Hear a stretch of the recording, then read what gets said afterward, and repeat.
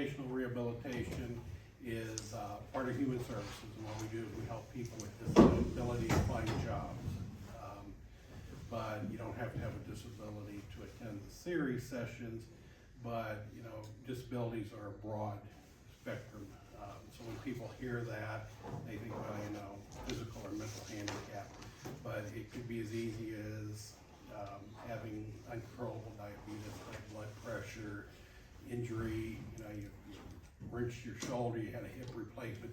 Anything that becomes a barrier to finding a job is what vocational rehabilitation is for. It's to help you get back in the workforce, build skills, and that's what this informational series is really about. It's about skill building. So it's going to be 11 sessions over the next several months until June the 1st. We've got some great speakers coming in. So this is the kickoff one. So things you're going to hear today are going to be things that will be more in depth with the other sessions that are coming up. Okay? But you should still walk away here today with some good information. So wherever you are in your journey of life, it'll still help you get there or improved or get your goals met. Okay? So what the session is today, it's called Embracing New Opportunities, Setting Goals for Career, Finance, and Personal Growth. And that's where I mentioned as we go through the series, each one of those opportunities will be more in depth. The next session, which is on the 27th, AJC will be joining as a speaker, and they will be talking about networking and job hunting. So they'll cover things like how to go online with Indeed, how to network, how to build that network through LinkedIn, things like that. Okay. So today what we're going to talk about is the whole broad swath of what the sessions are going to be about. This session here, we're going to talk about how to understand the benefits of seeking a new opportunity, learn to set achievable goals using the SMART goal framework, and inspire personal and professional growth. Okay. When you get older and wiser, sometimes it's harder to get out in the workforce and find a job. We put some barriers in front of ourselves when we think about that, right? I'm older, people aren't looking for older people, older workers. There's younger people out there, they're gonna be the ones that get the opportunities first. But I can assure you those are not the cases, okay? I'm in my later years of life, probably look it, but I've been with Voc Rehab now for 6 months. So I found an opportunity and a path that I wanted to go and applied and got the job without any age thoughts. My background is retail management for 28 years and then corporate customer service, working for some large corporate appliance manufacturers running their call centers. So I came from something large and very in-depth and detailed to wanting to find something that was a different path in my later years that allowed me to give back to the community. So that's why I joined the Voc Rehab program. Okay. So that's when we're understanding, you know, looking for new opportunities. Life changes. We all know that. So as life changes, we may have to change what we're doing, what we want to do, where we are in life. A lot of things can come down and kind of burden you, right? You feel like you're carrying the weight of the world on your shoulders at times. So why start now? Every stage of life brings unique opportunities. You know, when you think you're younger, you're going to school, you're getting out of school, you're finding that first job, you're getting married, you're having children, you're buying a house, you're going through all those motions of life, and every one of those brings a unique opportunity. Well, so does aging. You know, that's when we start thinking about retirement, or can we retire, or is Social Security going to be enough for us to live? Do we need to keep working? Maybe, you know, you've got a parent or a spouse that has poor health and they're going to a nursing home, or you've got healthcare costs. So a lot of things, life keeps moving along with or without us, right? So we need to be able to adjust to that and find our path, our niche.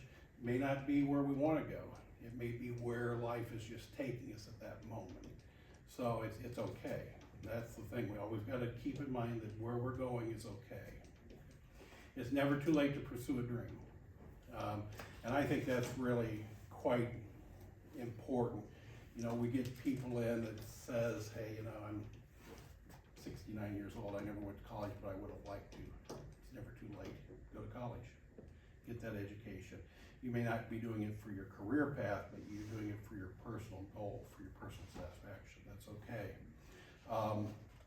Some of the stats that we've got is that Grandma Moses, does everybody know Grandma Moses, the painter, older? No? She's made a few famous portraits. I don't know which ones they are, but I do know her name. She didn't start painting until she was 78 years old. So that's pretty late in life for an artist. Most artists are very young, they paint, and then they don't get to be known until they're dead, right? So that's kind of interesting. Colonel Sanders, everybody knows Colonel Sanders, right? We've all had Kentucky Fried Chicken, I'm sure. He didn't start Kentucky Fried Chicken until he was 65 years old. So again, so, you know, if you're talking to young kids today, they go, that's ancient, you know, why would he do that? So, and 70% of employees employers value the transferable skills. That's what's important about being seasoned, okay? I'm not gonna use the word old, because we're not old, we're just better off, right? And as we get seasoned, we know more. So it's never too late to pursue your dreams. Small steps lead to big change, you know, and I think in today's world, that's harder to understand than it would have been 20, 30 years ago. You know, when you think back before technology, you know, I grew up, we had payphones, we had rotary dial phones, we had touch-tone phones, we didn't have cell phones, we had fax machines, and you look at where we were today with cell phones, computers in your pocket, online banking, you know, everything has just come down on us really fast. But it's not too late to learn those things, it's not too late to advance your career, but you take small steps. You know, you move from one step to the next at your pace and you eventually get there. You know, if you're looking to write a book, if you just wrote 5 pages a day, within a year you'd have enough pages for a novel. Just something as simple as that.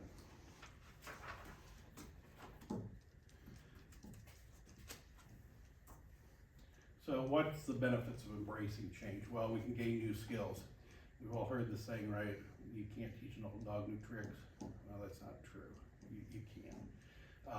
Skills can always be gained. It doesn't matter how old you are. Sometimes the older you are, the better that skill gain is because you appreciate it more. And I'll tell you, I think one thing that puts people that are seasoned at a better position in life for employment is that unfortunately our youth today has a lot different view of what work ethics are. So I can tell you, you're valued even more today being seasoned than you might have been 10, 15 years ago. Because employers are looking for what an older, established workforce can bring to them. Stability, consistency, the work ethics, the things that younger kids today, for whatever reason, and I'm not putting young people down, they're our future, but they don't have those same things in place that we were brought up with, that we understand, and that we can bring to the workforce. It enhances your financial stability. You know, Social Security is not enough to live on anymore. When rent is $1,200 a month, cost of food, I mean, it's great, it's a good program, we're glad that it's out there to support us, but it's not enough for the most people to be able to survive on anymore. Okay? Even if you worked hard and you've had a good 401k, that goes up and down too. So at one point you might be great financially set, and the next time, you know, next month, next year, things have changed and now you're struggling again. So, and building self-confidence and reliability and resiliency, that's a big key of why you should embrace change. And change can be anything. Remember, it can be small. It could be, for me, losing weight. You know, cutting out 1 soda a day. That's a goal, and that helps me to get to my ultimate position of trying to lose weight. Recognize the challenges. So we've talked about fear, failure, rejection. That belongs to everybody. think we all have that in our life where, you know, we go to do something, we think, okay, I'm not gonna be able to do that, I'm gonna be a failure, or somebody's gonna reject me. That's life. We just need to bypass that, and that's easier said than done, right? Because once we have those fears that are implanted in us, it's hard to get rid of them. But, you know, just like being up here and speaking for 3 people, which could have been a room of 50 people, always gonna have that fear of being up here, but you just do it, you know, and you overcome it, and it gets easier as you go on. Limited access to resource or training, that's another thing that seasoned people feel is, okay, I've been in the workforce, been there 20, 30 years, I don't know how to run computers today, or I don't know how to do those upscaled manufacturing jobs. That's okay. There are resources out there. There are a lot of resources out there. I think I've learned more resources since I've been with the state than I ever knew existed. The thing with resources are, though, you have to get out there and look for them. That's the thing. They're not dropping out of the sky to help you. I don't know why that is. You'd think if somebody's gonna offer a resource, they'd really want everybody to know about it. But you have to get out there and search it. And that's regardless of whatever it is. You know, if it's a medical issue that your doctor's telling you, you know, there's nothing that can be done, that's maybe not the truth. That may be his level of knowledge, but if you go out and research, maybe you'll find that there are trials out there or other doctors that have experimented or gone a different direction and have been successful. Again, not on the person that's giving you the information, because that probably is their stopping point in life and they're not looking for new opportunities. They're just going with the flow. So you gotta get out there and look. And then of course the big one that we all face is the age-related bias in the job market. Okay, I looked at that as I got seasoned, as I was trying to move down in career path. And what brought me is, you know, I worked for a company, a very large company, for 15 years. Their philosophy was every year we get rid of 10% of the employees, regardless of whether they do a great job or not, because we want to bring in new blood, keep the company viable, you know, growing in that. So at that point, I was already in my 50s, and they said, your number's up, great working with you. And, you know, you stop and think, okay, now I'm 50, where can I go? I'm not that get-go 20-year-old that's gonna go in there and, you know, change the world and all that, so who's gonna want me? Well, there's a lot. You know, for every job application you put in, there's probably 300 other people applying for that job. The statistics are that you need to put in at least 100 applications to get 10 opportunities for an interview. So that's 10 to 1, right? So you gotta keep it up and you gotta keep positive. And as we go through the sessions, we'll talk about resume writing and the importance of skills and things like that that help you get recognized through the modern age of computers, okay? Because there are algorithms, there are things you can do that will make yourself stand out. But don't, you know, age is a factor. Age is always going to be looked at, I'm sure, even though we have laws against age discrimination on the books. Companies still have ways around figuring out how old you are. One of them is, you know, when did you graduate high school on the application? That's an easy calculation, right? If you graduated at 18 and today is 24 and you graduated in 84, well, you're gonna be over 50. So there are ways that they look at it. They can't openly discriminate against you, and you shouldn't allow those things to become a roadblock in applying. What you wanna do is get the interview, and from there, you're gonna sell yourself. So how do we overcome those challenges? Well, we build confidence through small achievements. We're back to that, taking those small steps. Put in 10 resumes, right, and then get that one interview. That's a small step. You may not get the job, okay, but you're learning. You're gonna go out to an interview, you're gonna see how people are interviewing, what they're looking for. You're gaining knowledge.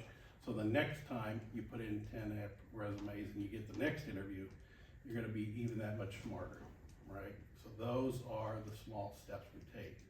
Just like, you know, if we wanted to buy a new car and we know it's gonna cost us, we need $3,000 down payment on it. Well, if I save $1 a day I'll get that 3,000, go buy a new car, right? Small steps. So seek mentorship and supporting networks. That's important too. People don't think about networking nearly as enough as they should. You've heard the saying, it's not what you know, it's who you know, right? I've never totally bought into that, but there is a lot of truth to that factor. It becomes easier to navigate the employment market when you know somebody that's already in the field you're looking for or has ties to those fields, so that you can work with them to maybe put in a good word for you, write you a letter of recommendation, give you an inside track on how to get an interview with their HR department. So those things do help.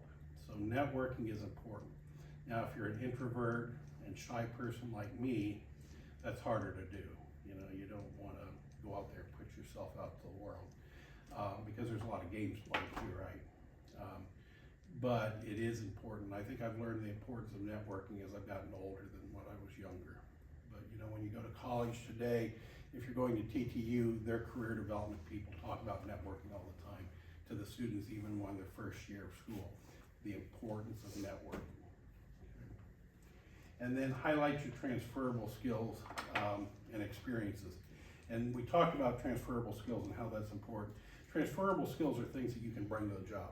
Important during an interview, important during your resume writing when you're putting your skills. So everybody has transferable skills.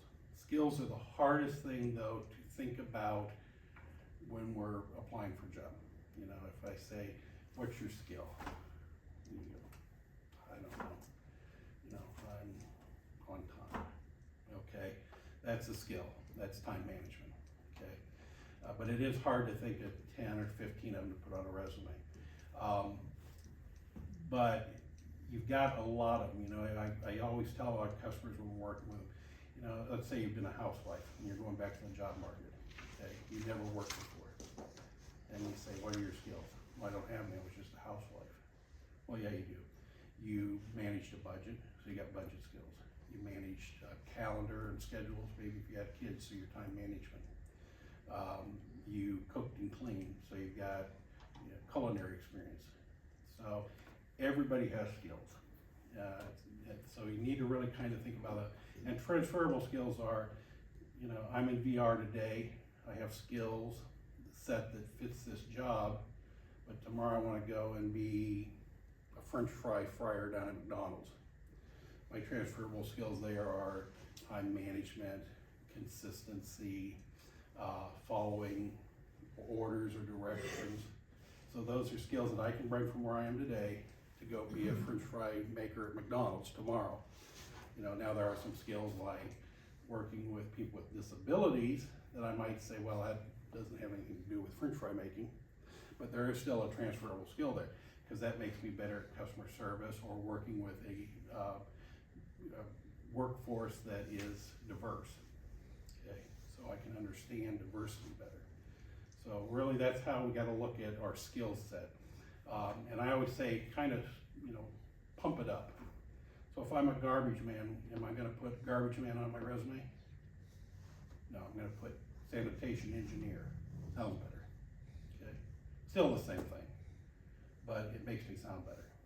Okay, so think about things like that. So facing these challenges head on, identify and address fears or doubts. Everybody needs to do that. When we do that, sometimes subconsciously, when we are confronted with a problem and we're trying to find the solution, we're doing it naturally.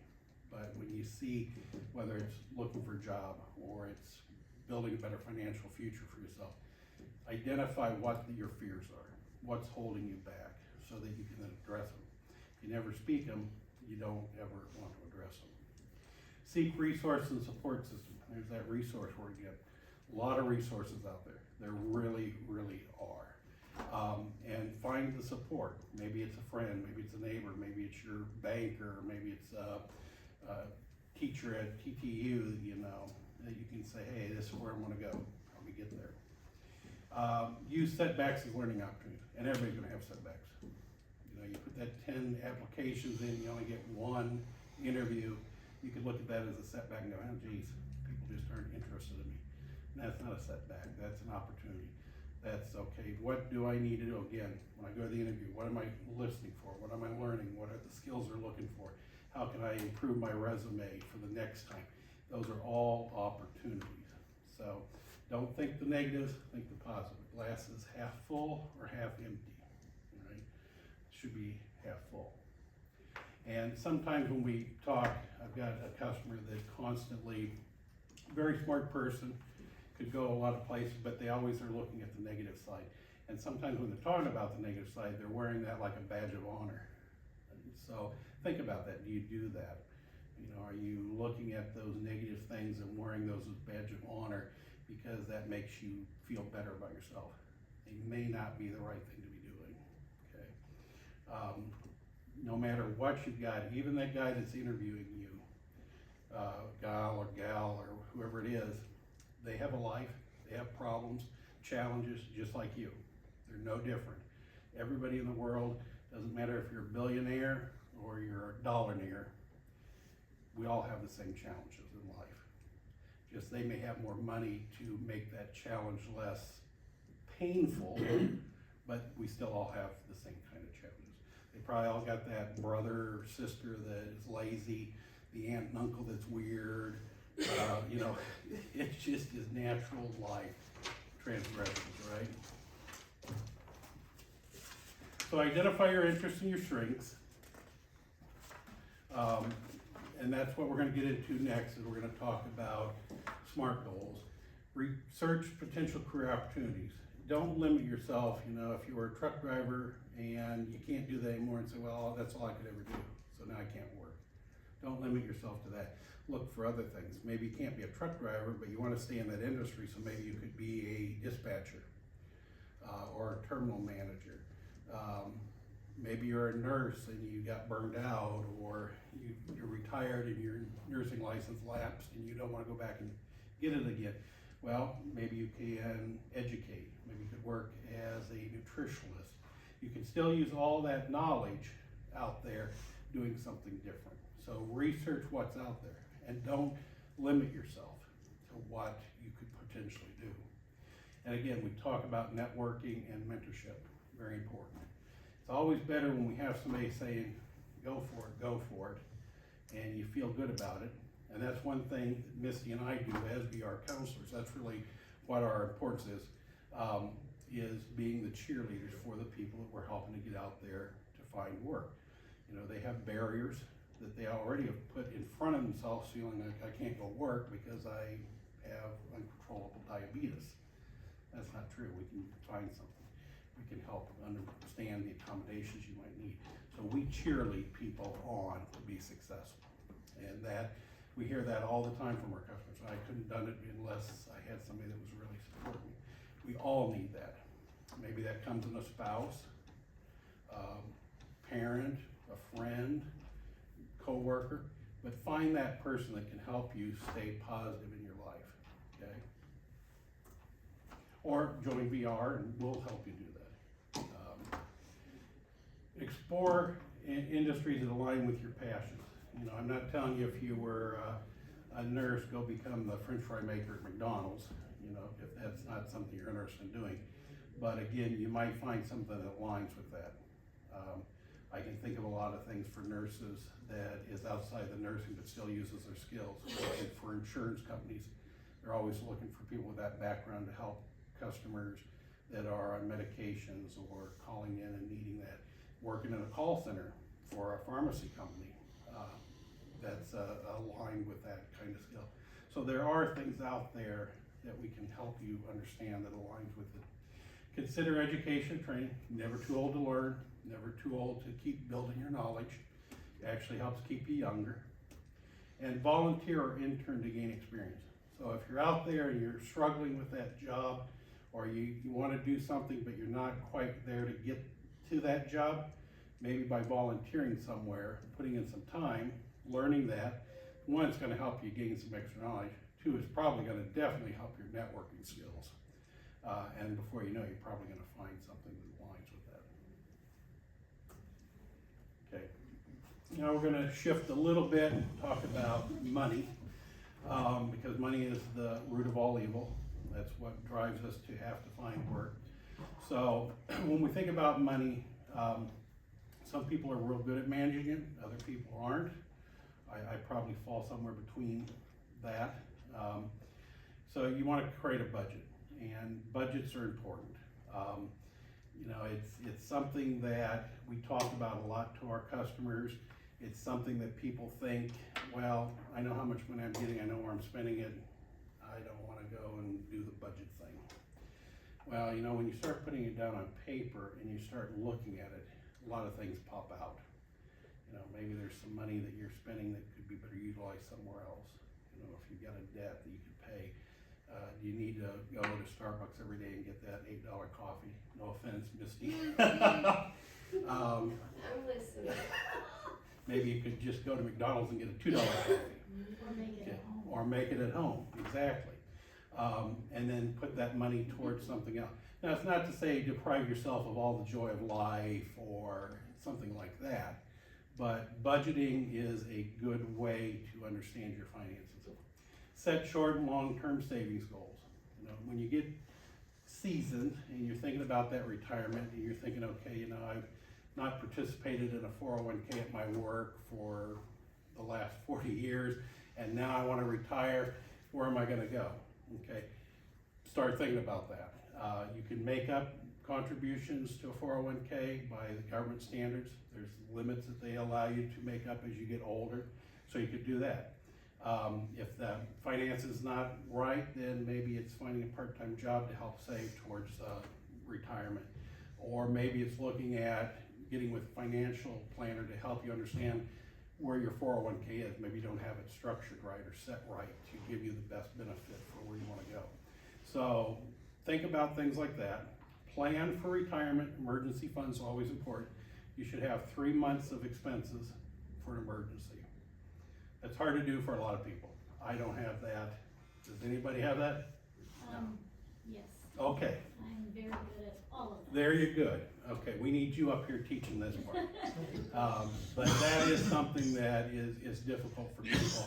And it's the one thing that probably puts people in the biggest bind, because we don't know when those emergencies are gonna happen. And then when they do, it can just take all the positive things we've done and just cause it to crash down around us, okay? For no reason of yourself, it just, you know, and then now you're trying to dig back out and feel better about things. So it, again, start small, think about it, not saying tomorrow you need to have it, but think that goal. Okay, reduce unnecessary expenses. I like the commercial that Quicken does now, where they go, how many things are you paying for a month on subscriptions? And the gal goes, well, 2. And then they look at them, they go, no, you got 7, it's costing you $225 a month. That's a big thing now. Subscriptions, they're everywhere. If you're streaming TV, every one of those has a subscription. If you got Spotify, Apple Music, you know, everybody wants your money, and everybody's got their hand out. So look at things you can reduce expenses at. Okay, and that's a good one to start with. If you're, especially for young people, they're usually the ones that really aren't paying attention to that stuff. But it can happen to us too. You know, if you've got car insurance, home insurance, you should be shopping those at least every 2 years, if not every year, for better pricing. Loyalty in those industries have gone out the window, okay? There's nobody, and this is just Jeff speaking, not Tennessee, okay? But there is nobody out there that has your best interest at heart to that level that it would have been 30, 40 years ago. Today, their best interest at heart is how much money can I suck out of your wallet? Okay, it's all about money. So it doesn't hurt to go out there and shop those things, like I said, every 2 years, if not every year, just to see, could you get a lower rate somewhere else and move around. And that's on everything that you're doing. Always shop around for the better deal. Seek professional financial advice if needed. We're going to be fortunate enough, I think it's on the 3rd session, to have a financial planner that is a teacher to come and talk to us about financial planning, retirement. Not here to sell services, he's here to help you understand things like that. Very well respected in the academic community, He actually teaches at TTU and University of Knoxville, so they'll be coming along. Invest in yourself, practice self-care, take care of yourself, take that break, take that time to, do something that you enjoy. Read a book, meditate, watch your favorite TV show. You still gotta do that, because if you're just constantly worrying, it's gonna affect everything you're trying to accomplish. And it's gonna show to people, if you go to that interview, you're gonna be off, and they're gonna know that. I've hired a lot of people in my life, hired hundreds of people.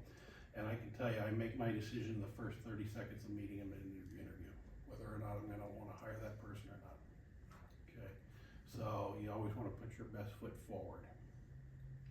Pursue hobbies and interests. Those can also become good jobs, especially as we get seasoned in life. I might have built model trains all my life and enjoyed that as a hobby. Well, maybe I can turn that into a career. Maybe I can start a web store and sell train parts, or offer advice to other up-and-coming model train makers and developers and things like that.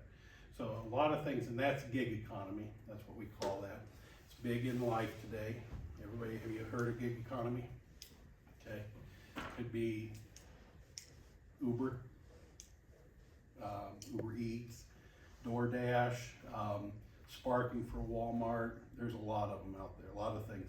Indeed actually started 2 years ago a gig site just for people looking for part-time work in bigger cities. We have it in Nashville. We don't have it outside of Nashville yet, but it's a huge thing. YouTubers, TikTokers, making money from views. If you've got a lot of knowledge in something, or you've got a hobby that people are really interested, that's another good way to earn money. Is just by doing that, selling yourself, selling your knowledge. And then build and maintain healthy relationships. And I think this is what gets to people the most.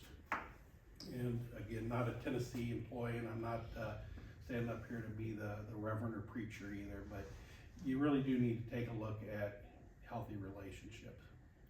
It's hard to do. If you got that, I've got a brother that had a lot of challenges in life. I could let his problems eat me alive, but I choose not to do that. I definitely be there for support, and he knows that, but I'm not going to be there to listen to his everyday gripe and concern, because in my opinion, give me your problem, let's fix it. We don't want to keep talking. Again, we all have families, we all probably experience things like this, or we're in unhealthy relationships. You got to think about yourself, because those things could be holding you back. Now, I'm not telling you go out there and be light to everything and just tell everybody too bad, so sad. That's not life either. But if it's pulling you down or taking you the wrong direction in the life you want, that needs to be looked at. So what are steps to grow? Attend workshops or classes. There's a lot of them out there. You made the commitment to do this one today. There's a lot of things out there you can do that are free. There's certificate classes out there you could take through the Tennessee jobsfortn.com. If you sign up on there, there is a section for Coursera on there with hundreds and hundreds of training opportunities. Some of them are free, most of them are free. So if you want to learn Excel, Word, PowerPoint, there are programs on there through Coursera that you do on your own time at home, at your own pace. And when you get done, you get a certificate for it. Okay. There are some that are costs out there if you want to get into computer programming, learn Pascal and things like that. There's class out there, but there's a cost to some of those too. Goodwill offers a lot of courses through their organization that they pay for you. So you can look at that. Read books or listen to podcasts on self-improvement, good ways to learn things. And surround yourself with positive influence. Okay. I've got all these facts and statistics, and I'm not really putting them out, but let's see what we got. So it says 72% of individuals who take part in a skill-based workshop report increased job satisfaction and career advancement. And I can relate to that, working in the corporate world or in what we do. When we go to a learning conference, or when I was in the corporate world, we'd go to a learning conference, you really do get hype from that. You leave there going, oh God, you know, they gave me a lot of good information. I'm going to go and run with all that. And it really does increase your serotonin, and you really start thinking about your job in a different way.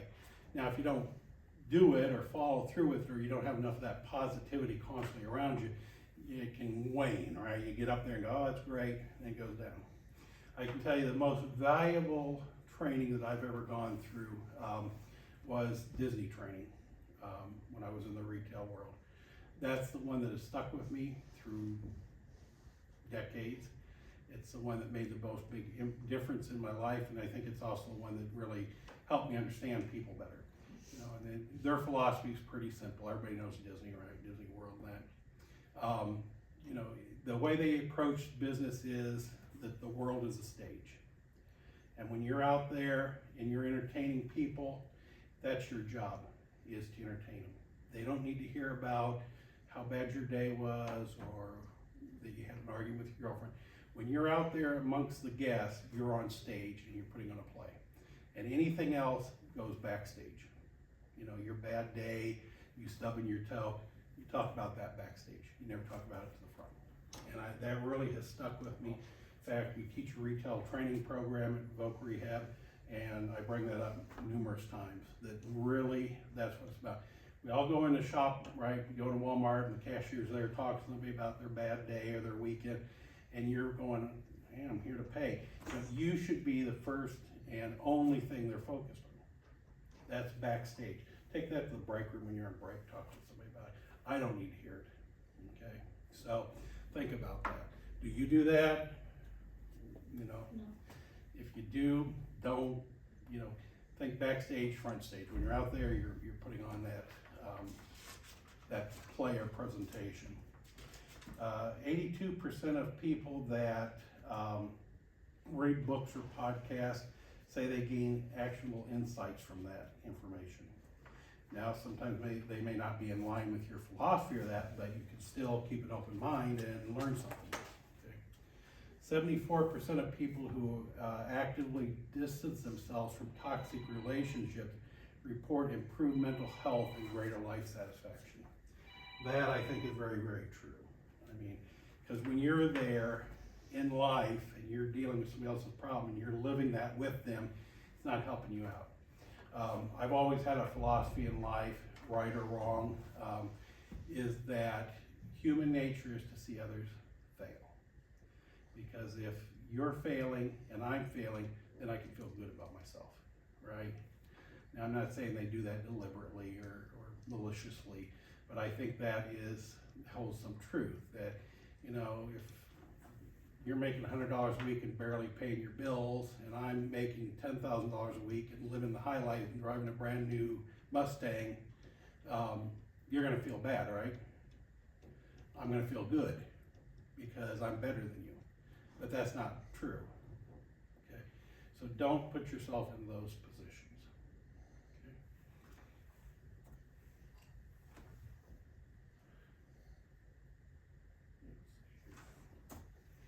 So, SMART goals. So in front of you, I've given you several different pieces of paper. One is your note section there where you can keep your notes.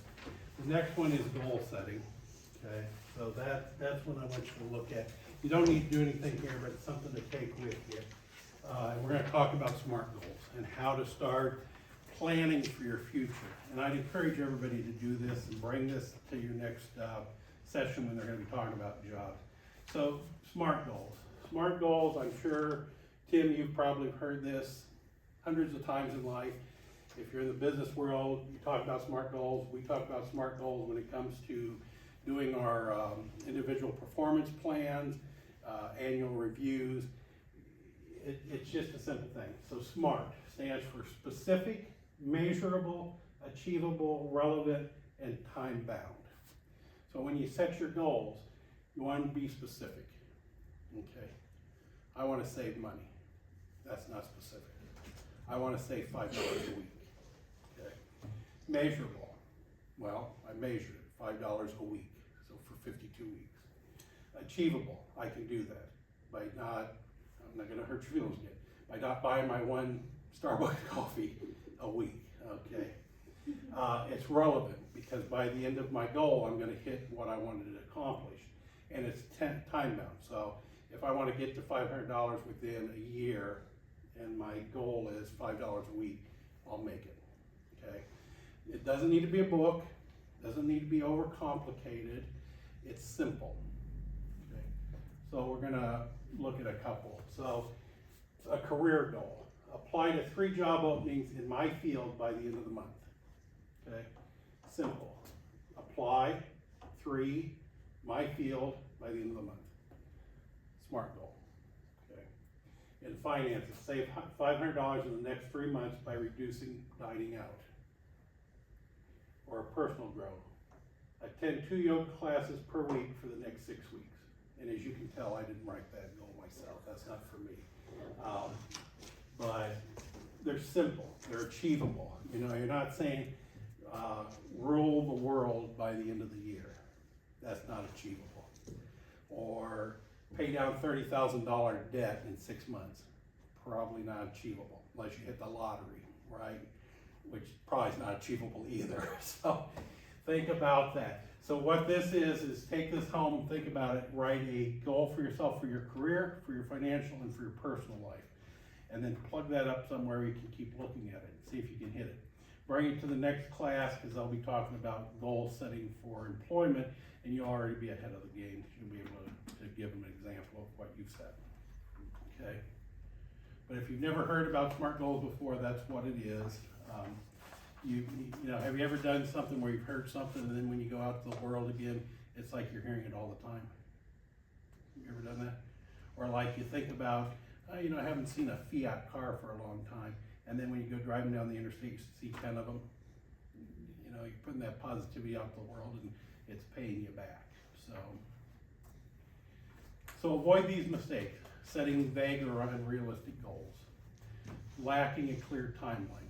Everything needs to be time bound in our life, no matter what it is, and failing to track the progress. If you write all these goals up, you have good intention, and then you throw this on your desk and you look at it again, you're not gonna achieve anything. You gotta kinda track it and see where you're going. And it's not to say you can't change your goal. If you're saying, okay, I just can't save $5 a week. Well, let's revise the goal. Can you save $2.50? That's okay, it's okay to revise it. Okay, so start small, stay consistent, celebrate your progress, and reach out for support if needed. Again, network, very important. Where can you find help? Like I said, there are a lot of resources out there in the world. You just have to find them. Local community centers, you know, we got AJC, you got Upper Cumberland Human Resources, you've got Goodwill, you've got a lot of church organizations around here. You've got a senior center here that does a lot of good work in exercise and things. They play pickleball, so that's a good resource out there. You've got Voc Rehab. You've got a lot of state agencies, federal agencies, you know, Red Cross, Salvation Army. There is just a plethora of resources out there for whatever it is. Online goal setting tools. And I've got some you can write down here.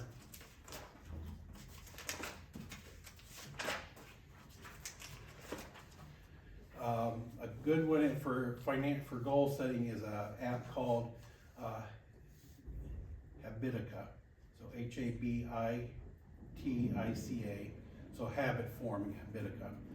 That's a goal setting app you can use. If you're wanting to keep like project management or create a board or list of your goals, they got Trello or Google Keep.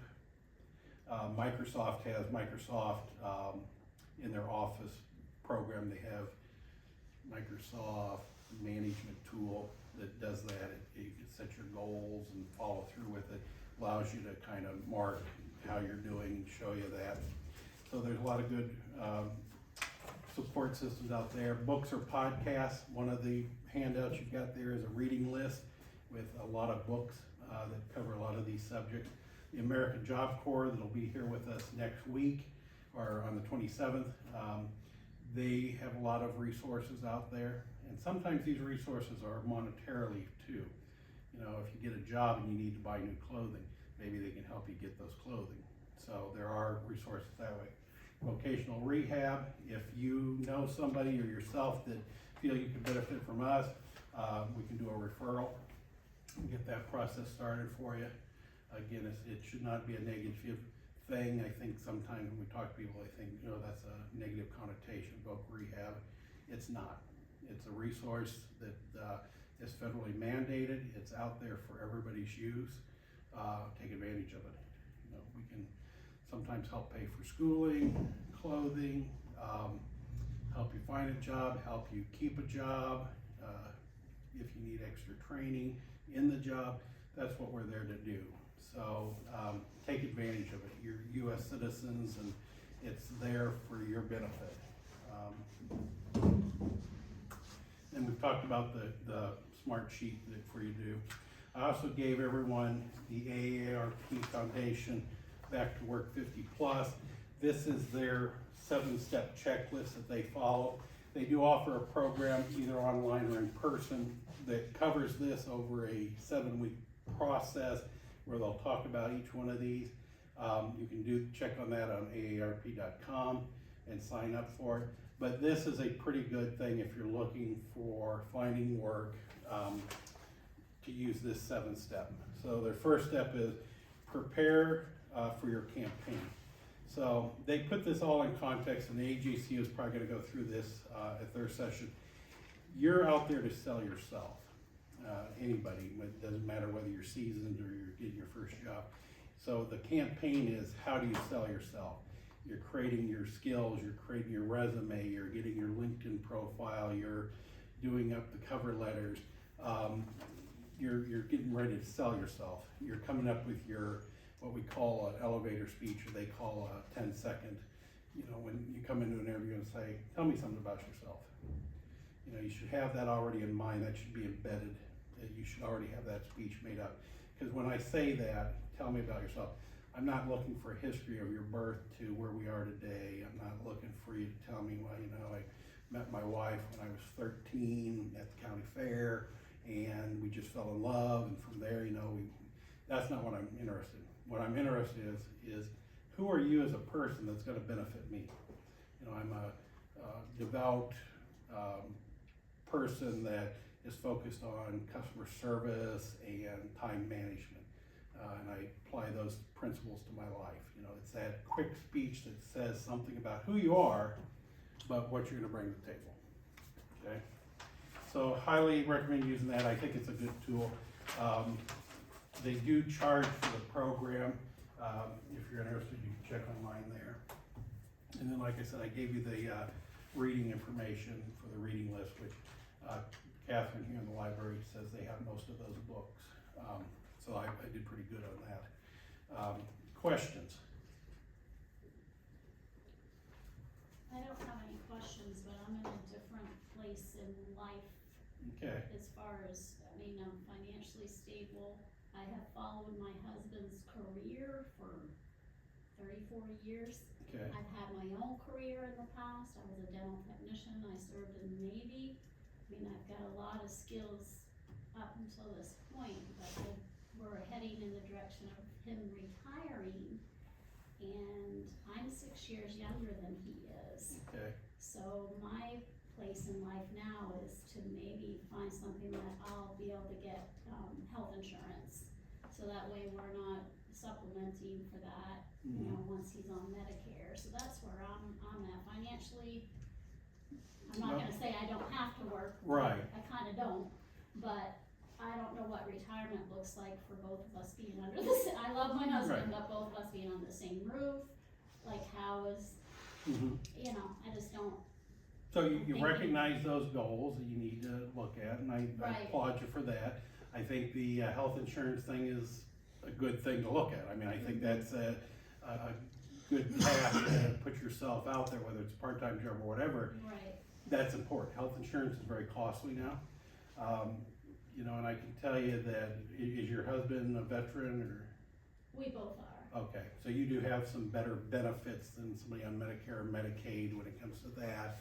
But even people that retire, one of the big things that they have to look at is if they're on a lot of expensive medications, that sometimes it's best to stay on private insurance than to go on Medicare and Medicaid. And the reason for that is that Medicare and Medicaid are federally mandated programs, and they can't take advantage of things that the manufacturers allow, like discounts, like, you know, buy your medication for $10 copays. They can't do that. So that medication may cost them $300 or $400, where I can buy it for $10 because I can get the manufacturer's discount. So there are a lot of things as you look at retirement that some people just think, well, I can just retire, get my Social Security, I'm gonna live like a prince. And that's not the case. You really got to think about every aspect of what retirement is. And it sounds like you're doing that, so that's great. You've got tons of skills that should not be a problem. I have to skills find. outside of what my careers have been, like you said, Yeah. I'm very, you know, coming from the military, but I've always been this way, very prompt, very available, always, you know, dedicated to my job. Going back to the, you know, younger generation and their work, I struggle with that because I am a very hard worker when I do take a job, no matter what job it is. And when I see that I'm doing above and beyond and then they aren't, but they're getting paid either the same or more, I found that, and I struggle with that. That's the only thing that I do struggle with. I try to just not think about that and just focus on what I have to do, and I'm getting better about that, but. Well, I think the pay thing is always gonna be there. It was there even before today's generation, right? Right. The thing there is to take pride in who you are and what you're doing, and know that what you're offering is 100 times better than what that younger person's offering. Even though he's making the same amount of money, guaranteed 5-6 months, maybe not even that, you'll still be there, and they'll be out trying to find their next gig to do and waddling through life.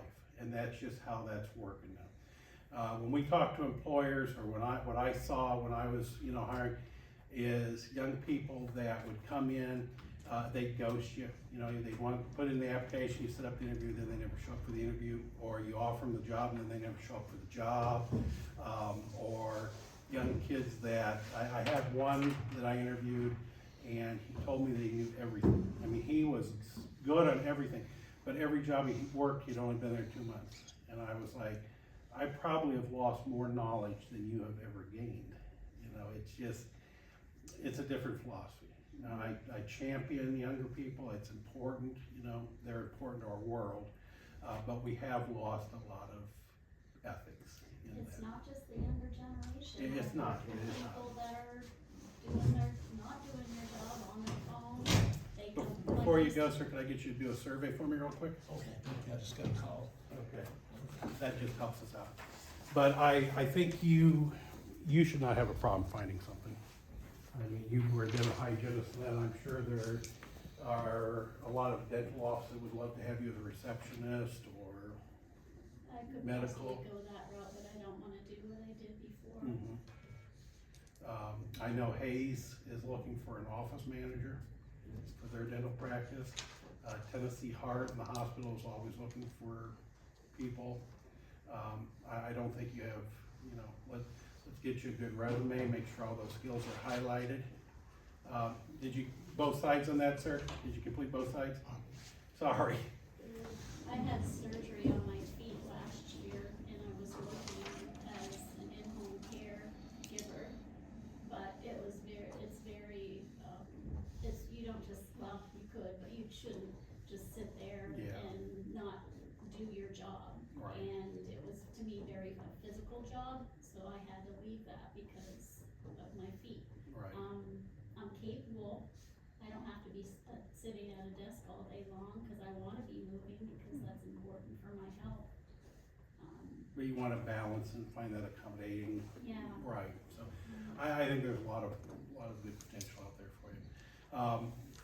We're going to have Tim, who has worked with VR. I want him to come up and talk a little bit about how we've helped him, and so you don't just take my word for it, you actually see it in reality. Okay. Thank you, sir. Jeff and Misty, I appreciate y'all asking me to do this today. I won't take me just a moment of your time. I came to vocational rehab back, about 3 months ago, a little bit longer, and asked for their help. I was given their name by a previous situation that I was in, and I'll have to say it has been tremendous what they were able to do with me.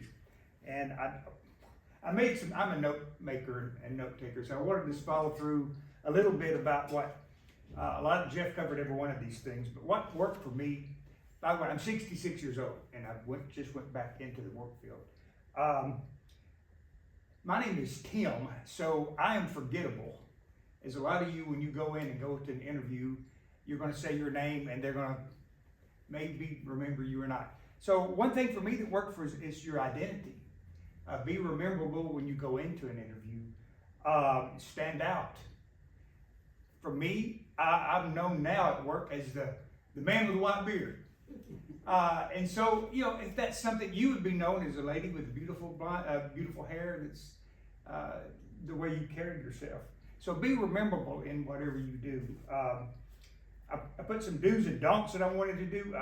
Focus on your strong points, what you can bring to the job. Us older individuals have tons and tons of experience. We have tons and tons of life skills that's not related maybe to job.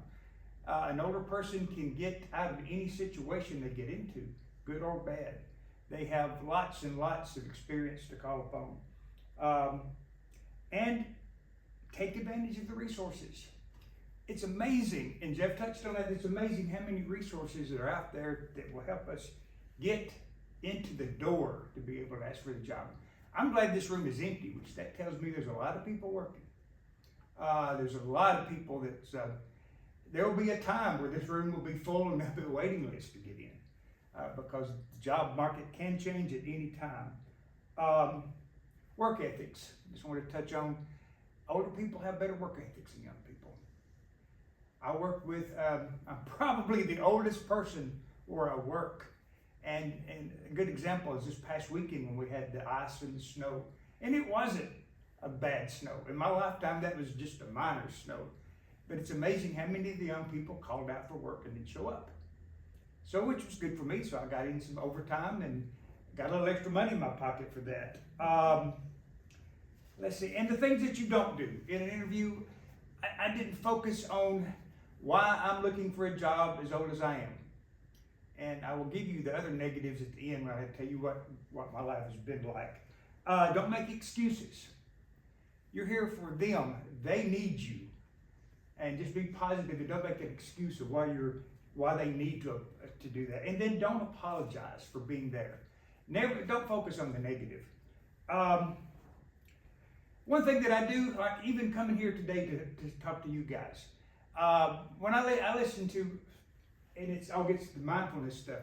I thought about it, what I wanted to say, made myself a notes, and then driving over here, I only live like 5 minutes, played some music that was uplifting. And when I go into an interview, I play something. I'm not going to play something that's going to make me think of an old loved one or an old love or my dog getting run over, or country music where there's a train and a bad marriage and a whatever, or getting drunk.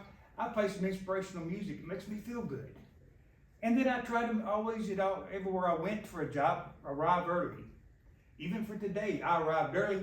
I didn't know where this was, and I was right on time, but I parked like 2 buildings away thinking I was the right place. So you gotta, it always makes time, do things like that. Let's see.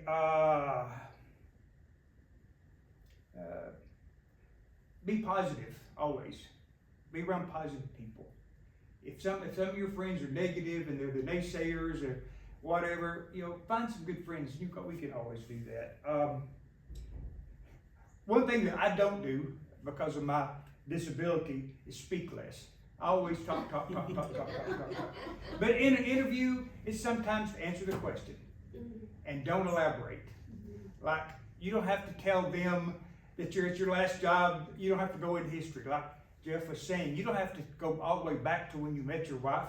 Just say, I've got a nice wife and 2 kids. You don't have to say, and one's a bomb, one's a doctor, one's 6 foot tall, one's what. You don't have to go into detail. Just answer the questions. Because obviously when you're being interviewed, they may have 3 others waiting out there. And like Jeff says, you make up your opinion in the first 30 seconds that you meet somebody. So just make a good impression. Let's see. That's basically all I wanted to tell y'all, other than what I want to tell y'all about myself. Here I am. I'm working in a job now in the recovery field. I love it. I work full time. I work a Friday, Saturday, Sunday shift, 12 hours. So I have my retirement 4 days a week. Like today, I'm off. I go out and do what I want to do. I get paid like $18 an hour, which is fine. Plus I get benefits, which is great for today. I draw my Social Security on top of that. So I'm doing quite well, I feel like. Now, I suffer from a chronic illness. My medications are like $6,000 a month. I have I take mental medication. I'm ADHD. If you can't tell, I'm very ADHD. So I take medication for my ADHD. And how successful it's been, 1 year ago today, I was in Unit 11, Cell 7 of Bledsoe County Correctional Facility. I am a felon. I've been in prison on and off for 10 years. I'm also a recovering addict. But if I had gone in the interview and told you that at the beginning, you would not have smiled like you smiled first. But then you understand now, these people are great. They have helped me. They took me up with the right people. I worked with, they helped me with Goodwill. Helped me write my interview, of course. And I have a degree. I went to college. I've got a degree in accounting and business. And up until I was 66 years old, I had written one interview my whole life. And it was a very small one. Back, as you all know, if you're older, when you had a job, you went in and says, hey, my name is Tim. You shook hands with the person that was going to hire you. And more than likely, when you left, you knew whether you got that job before. You didn't have to get on the computer. You didn't have to get on the internet. You didn't have to have a LinkedIn, which I still don't have one, but I'm working on it. But Indeed, I used Indeed to get my job. And basically, I stand here today very happy and very pleased with Tennessee Vocational Rehab and what they did for me. And I'll be glad to do this for them at any time because they really, really made the difference in who I am and where I am today. Thank you. Tim, when you, Oh yeah, I'll take questions. were you scared getting back in the job market? Yes. Was there anything that was kind of a barrier in your mind that As living in the area, because of what had happened to me, a person is always afraid that somebody is going to judge you based on your past. But I learned from my past. And that's what makes a great worker, is if you make mistakes, I succeeded from the mistakes I made, and I came out of that. So I was worried about that, but it's amazing now. I work with a bunch of younger people, and I get asked questions that, like I've been there 10 years, and I've been there not even 3 months yet. And they come to me, now what were you doing in this situation? It's because I have that life experience. And I've been in the trenches. And so it's all pretty good. Any other questions? I'll take a question. It's all right. I don't have a question, but I'm just thinking God put you in a place where you. Yeah, I thank you. I work in the field that I got to experience. Right. Without saying a whole lot more about that. And So, because you have the experience, yes. whether it's negative or positive, you're helping others with And- the experience that you have. And I will say, in the job that you're looking for, look for a job that you love to do. Because to me, when I go to work Friday morning and I get up at 5 o'clock, which I don't like to do, and go to work, You want I love doing it. I think, Yeah. wow, this is a new opportunity. I'm going to meet some new people this week and hopefully help them in their life.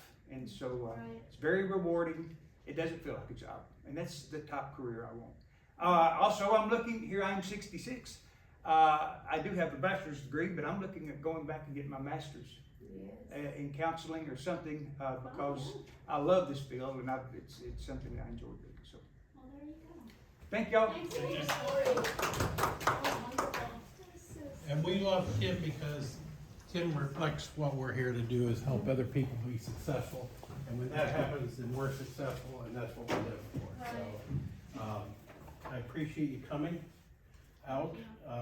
Our next session is on the 28th, Tuesday, 10 to 11:30. It's going to be job search strategies and networking skills, and AJC is going to be here presenting that one. We've got a lot of good sessions coming up. We've got one that I'm excited about on how to avoid scams. The Attorney General is gonna come and talk on that one. We're gonna have a health and wellness one with the health department talking about how to take care of yourself in older ages. I think the financial management one, it will be a great one. I'm sure that I'll learn a lot of stuff from that. So there's a lot of good things. We hope you participate in them all. We can have a survey if you can fill this out. When you have these lined up, does it tell you what each class, cause like the financial one, I'm not trying to boast or No, anything, no. but I'm good with Mhm. that. Yeah, if you give us your email, then you'll get the list of all the ones that Oh, are coming okay, out. I didn't, so write my email on there. Write it on here. Oh, We're gonna okay. get a copy of that. That was for the library, Oh, okay. for her count. That's the only bad thing about working for the state is you gotta count for everything, you know, so. Thank you, Jeff. Thank you. Thanks very much. You have a different